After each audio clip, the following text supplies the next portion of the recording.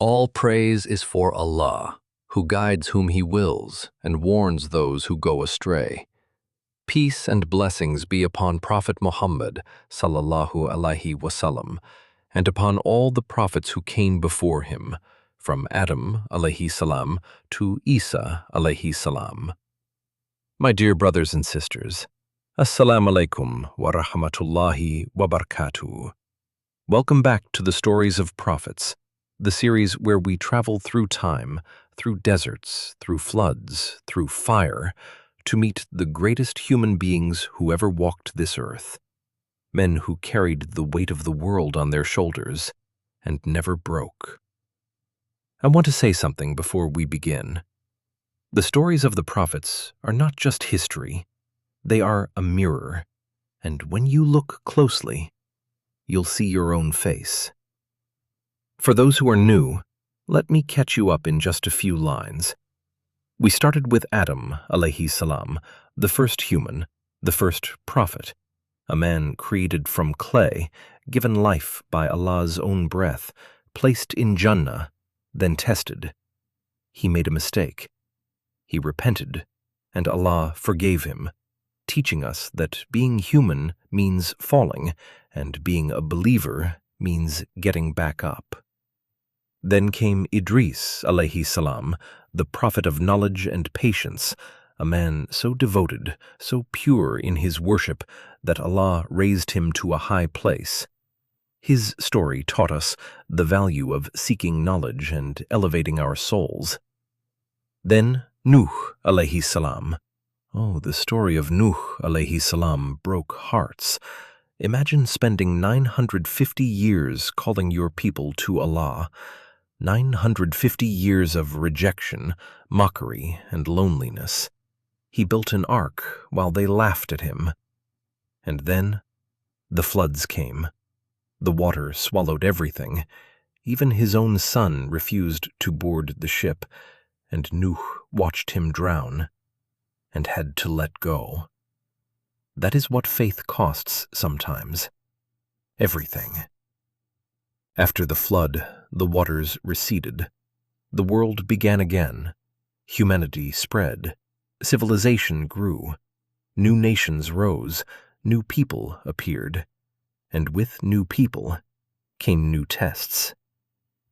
Which brings us to today, to a land of red sands and towering pillars, to a people called Ad, and to a prophet named Hud Alaihi Salam. After the flood of Noor Alaihi Salam, humanity slowly rebuilt. Generations passed, families grew into tribes, tribes into nations. Among these nations, one stood above all others in power and might, the people of Ad. They lived in the region of Al-Ahqaf, a vast windswept land of sand dunes and ancient valleys in what we know today as southern Arabia near Yemen. But don't picture a primitive tribe in mud huts. No, the people of Ad were extraordinary. They were tall. Some narrations describe them as giants in stature. They were physically powerful beyond any other people of their time. They were engineers, builders, warriors. Allah mentions them in the Quran in Surah Al-Fajr, ayat 6-8, with a description that sends chills. Have you not seen how your Lord dealt with Ad, Iram, the city of lofty pillars, the like of which was never created in the lands? Do you understand what that means? Allah Himself is saying, this civilization was unique. It was unlike anything before or after in its time. They built towering structures, massive pillars, grand palaces, fortresses carved into mountains. Whenever they felt rain was coming, they would build high stations just to watch the clouds roll in. They built for pride. They built to say, look at us, look at what we have made. And with that greatness came a disease more dangerous than any sword, any flood, any storm. Arrogance. The people of Ad had once known the truth.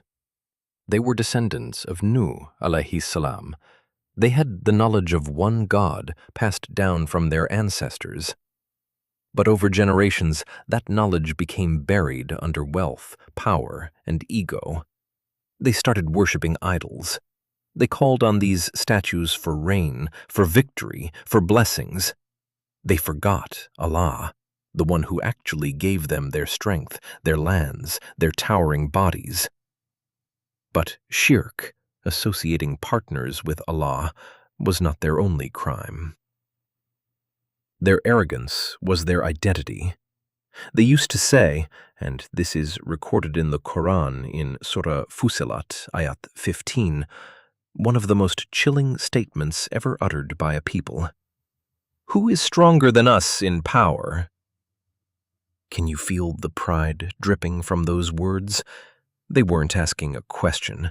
They were making a declaration. They were saying, no one can touch us. No one can challenge us. We are invincible. They oppressed the weak. They used their power to dominate others. They abused their authority. They didn't just sin privately. They imposed their corruption on others. Their leaders silenced those who spoke the truth. Wealth and status was their god, alongside their idols. Picture the boardrooms of today. Picture the nations that say, we are strong. Who can stand against us? Picture the person who says, I've worked hard. I don't need God. That spirit, that is the spirit of Ad. Strength without gratitude becomes arrogance. Arrogance without accountability becomes destruction. Now here is something beautiful and something painful at the same time. Allah did not send a stranger to Ad. He sent someone from within. Hud Alaihi Salam was one of them. He was from the tribe of Ad, their own flesh and blood. He knew their language, their culture, their families, their names. He had grown up among them. And yet, he was fundamentally different. In a world drowning in arrogance, Hud Alaihi Salam was humble. In a world intoxicated by power, Hud Alaihi Salam was grateful. He had looked at the mountains, the rains, the crops, the very strength in his own body, and he saw not me, he saw Allah. And so Allah chose him to stand up, to speak, to call his people back to their Creator. Imagine the scene. Hud Alaihi Salam stands before the chiefs of Ad, the men of power, the men of wealth, the owners of towers and armies, and he says, O my people, worship Allah. You have no deity other than Him. Such simple words, such profound words. He wasn't asking for revolution. He wasn't asking for war. He was asking them to come home, to come back to the one who made them. He reminded them of the blessings. He said, remember when he made you successors after the people of Nuh Alaihi Salam and increased you in stature and strength. So remember the favors of Allah that you may succeed. He was saying, brothers, look at yourselves. Allah gave you this, not your idols, not your own hands, Allah. And this same Allah is asking for something so simple. Just worship Him alone. And their response? They laughed. The chiefs looked at Hud Alaihi Salam and said something that cuts deep, because it is the same thing people say today when faith challenges power. We see you in foolishness, and we think you are among the liars. Foolish. They called the Prophet of Allah foolish. They thought their towers were wisdom. They thought their idols were sense. They thought the man standing in front of them, asking them to return to their Creator, was the crazy one. They didn't stop at mockery. They went further. We only say that one of our gods has afflicted you with evil. They said he was cursed by the idols. They used spiritual fear as a weapon, something manipulative leaders have done throughout history. Don't listen to him. He's possessed. He's dangerous. He's against our way of life. Hud Alaihi Salam's response. The most courageous words. Hud Alaihi Salam did not flinch. He did not lower his voice. He did not soften the message to please them. He said, I call Allah to witness, and you witness, that I am free of what you associate with him. Right in front of their faces, in front of the crowd, in front of the chiefs, he declared publicly that he had nothing to do with their idols. Their gods did not scare him. Their power did not silence him, because the only one he feared was standing behind the sky, watching everything. Can you imagine the courage it takes to stand alone like that? Think about it personally. Have you ever been in a room where everyone believed something wrong and you knew the truth, but the pressure to stay quiet was almost unbearable? Hud Alaihi Salam was in that room, except his room was an entire civilization, and still he spoke. Years passed. Hud Alaihi Salam kept calling. The people kept refusing. And slowly, quietly, Allah began to show them signs. The rain stopped. The land of Ad, which had once been a garden, rich with crops and rivers, began to dry. The sky turned harsh and white. The earth cracked. Animals grew thin. The people waited for rain, but it did not come.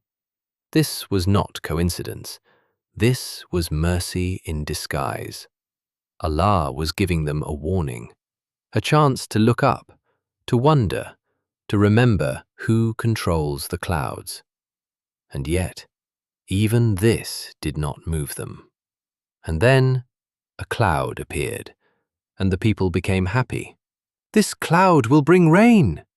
But Hud Alaihi Salam knew it was not rain, it was punishment. What happened next is one of the most terrifying descriptions in the entire Quran.